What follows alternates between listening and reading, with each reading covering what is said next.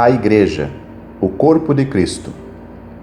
Vamos iniciar o estudo consultando a primeira referência ao termo igreja no Novo Testamento. Encontra-se em Mateus, capítulo 16, versículo 18. Pois também eu te digo que tu és Pedro, e sobre esta pedra edificarei a minha igreja, e as portas do inferno não prevalecerão contra ela. Não podemos deixar de observar o ar de determinação e certeza contida nestas palavras. Tratam de um objeto que seria realizado apesar de ser contrariado pelas mais sinistras forças malignas do universo. A que se refere? Algum leitor acostumado a entender que a palavra igreja se refere a um prédio religioso pode dizer que há tantas por aí, mas a qual ele se refere? A resposta é: a nenhum prédio. Outro leitor pode observar que há tantas entidades religiosas no mundo.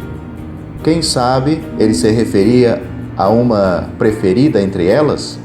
Novamente, a resposta é que não se referia a nenhuma delas. A igreja a qual ele se referia é composta de todos os salvos, desde o dia de Pentecostes até o dia da vinda do Senhor Jesus Cristo. Formou-se no dia de Pentecostes, quando o Espírito Santo desceu, e todos os salvos, naquele momento, foram batizados nele, formando um só corpo. Atos capítulo 2, versículos 1 a 4, 1 Coríntios capítulo 12, versículo 13. Em Efésios capítulo 1, versículos 22 e 23, mostram que, ao ser elevado para o céu,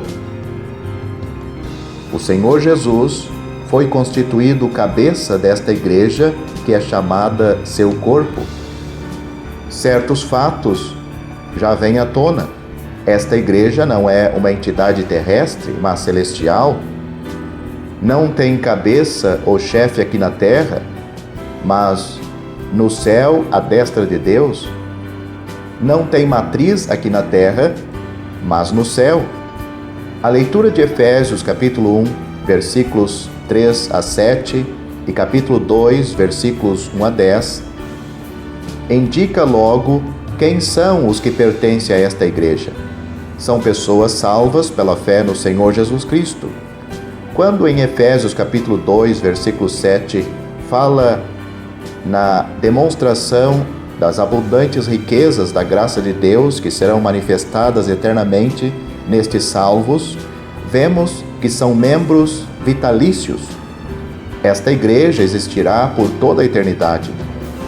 Já pode se imaginar mais alguma pergunta da parte de um leitor? Por exemplo, sabemos que estes salvos se reúnem em prédios e consideram suas congregações igrejas. Que relação têm essas igrejas com a igreja que está sendo tratada neste artigo? O Novo Testamento fala muito nestas igrejas locais e dá grande importância a elas. A igreja referida não se reúne aqui na terra, mas, na vinda do Senhor, ela será vista no céu, na sua plenitude, com a presença de todos os salvos da época atual. As igrejas locais são muitas e os salvos normalmente não se tornam membros logo que são salvos. Também, devido a certas circunstâncias, o salvo pode deixar de ser membro da igreja local, o que não pode acontecer em relação à igreja que estamos estudando neste artigo. Pode surgir a pergunta: em que sentido o Senhor Jesus constrói sua igreja? A obra de salvar um pecador é obra dele. Nenhum homem ou pregador pode salvar uma pessoa.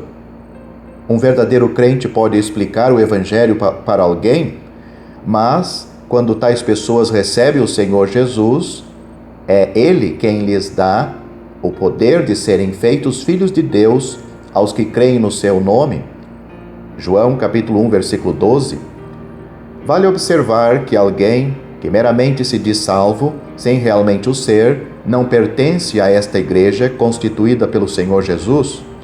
Pois, embora os homens possam se enganar e até receber uma pessoa não genuinamente salva numa igreja local, isto jamais pode acontecer em relação à igreja, o corpo de Cristo, porque o Senhor só coloca os genuínos nela.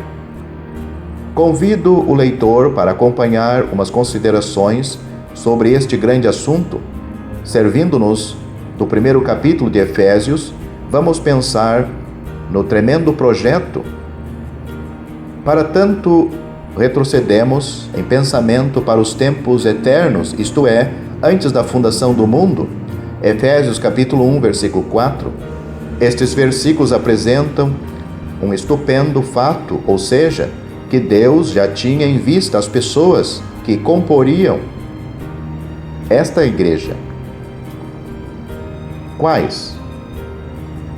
Pessoas seriam salvas e que seriam filhas de adoção, versículo 5, e que, devido à obra salvadora, em suas vidas seriam agradáveis a si no amado, versículo 6. Até uma leitura superficial mostra o papel do Senhor Jesus Cristo e sua morte em tudo isto. Assim vemos que no período do Antigo Testamento, Deus estava preparando o terreno para a realização deste grande propósito. Abraão foi o patriarca da nação de Israel e, através dessa nação, Deus apresentou para o mundo o conceito de como homens pecadores podiam se aproximar dele. Isto se viu através do ministério do tabernáculo e depois do templo, com seus sacrifícios que previam o supremo sacrifício do Senhor Jesus Cristo, que agora, na consumação dos séculos, uma vez se manifestou para aniquilar o pecado pelo sacrifício de si mesmo. Hebreus capítulo 9, versículo 26. Com a morte e ressurreição do Senhor Jesus Cristo e sua exaltação à destra de Deus, tudo ficou preparado e agora podemos pensar na execução do projeto. Isto é bem explicado, tomando, por exemplo, o caso dos Efésios, que são as pessoas para as quais se dirigia a epístola. Vieram do paganismo e da idolatria, não tendo esperança e sem Deus no mundo. Efésios capítulo 2, versículo 12. Mas houve uma grande mudança. Mas agora em Cristo Jesus, vós que antes estavais longe, já pelo sangue de Cristo chegastes perto. Efésios capítulo 2, versículo 13. Ao serem salvos, eles que eram gentios se uniram ao povo judaico que também tinha se salvado em um corpo. Efésios capítulo 2, versículo 16. E assim deparamos com uma congregação que une todos os salvos em um corpo, a igreja, o corpo de Cristo.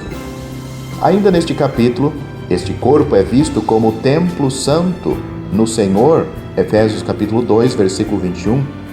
Tudo o que isto significa em termos de intimidade com o Senhor Jesus e comunhão com Ele, será entendido melhor no céu. Mas, ao pensarmos um pouco na consumação do projeto, poderemos compreender já algo da maravilhosa porção que aguarda o salvo. Para iniciar a nossa meditação na gloriosa consumação da igreja, vamos examinar alguns versículos em Efésios capítulo 5, versículos 25 a 27. Cristo amou a igreja e a si mesmo se entregou por ela para a santificar, purificando-a com a lavagem da água pela palavra, para apresentar a si mesmo igreja gloriosa, sem mácula, nem ruga, nem coisa semelhante, mas santa e irrepreensível. Esta passagem nos leva em pensamento à vida do Senhor Jesus e a uma das tarefas que Ele cumprirá naquele grande dia. Refiro-me à apresentação da igreja ao seu Senhor, que é comparada à apresentação de uma noiva ao seu noivo. Naquele dia, a noiva de Cristo será perfeita em todos os detalhes, gloriosa, sem mácula, nem ruga, nem coisa semelhante, mas santa e irrepreensível. Quem pode imaginar a inexprimível satisfação daquele evento E o melhor é que não será uma alegria de um dia só. Vamos para outra passagem, Apocalipse capítulo 21, versículos 9 a 11, que também é muito relevante ao nosso estudo. E veio um dos 7 anjos e falou comigo, dizendo: Vem, mostrar-te-ei a esposa, a mulher do Cordeiro. E levou-me em espírito a um grande e alto monte, e mostrou-me a grande cidade, a santa Jerusalém, que de Deus descia do céu, e tinha a glória de Deus. Nessa majestosa passagem, temos a ampliação dos versículos que examinamos em Efésios capítulo 2, versículos 21 e 22, onde tivemos o elevado conceito da igreja na presença do Senhor, formando assim o templo do Senhor. A cidade é vista em Apocalipse capítulo 21, versículo 2, como uma esposa ataviada para seu marido. Em seguida, o versículo 4 diz: E Deus limpará de seus olhos toda lágrima, e não haverá mais morte, nem pranto, nem clamor, nem dor, porque já as primeiras coisas são passadas. Sem dúvida, esta cidade será objeto de admiração da parte do novo céu e da nova terra, enfim, do universo todo, que naquela altura estará já reconciliado com Deus. Neste ambiente de glória indizível se cumprirá a promessa de Efésios capítulo 2, versículo 7, para mostrar nos séculos vindouros as abundantes riquezas da sua graça, pela sua benignidade para conosco em Cristo Jesus. A igreja eternamente unida ao seu Senhor será uma demonstração perpétua das imensuráveis conquistas da graça de Deus através da morte de seu Filho na cruz. Não é possível outro pensamento a não ser que esta gloriosa demonstração estimulará manifestação após manifestação de adoração fragrante e agradabilíssima, e isto pelos séculos dos séculos. Amém. Mas, quando a tua igreja enfim chegar, a tua glória e ali te contemplar, então, com perfeição, o seu louvor, em culto digno de tamanho amor, ressoará.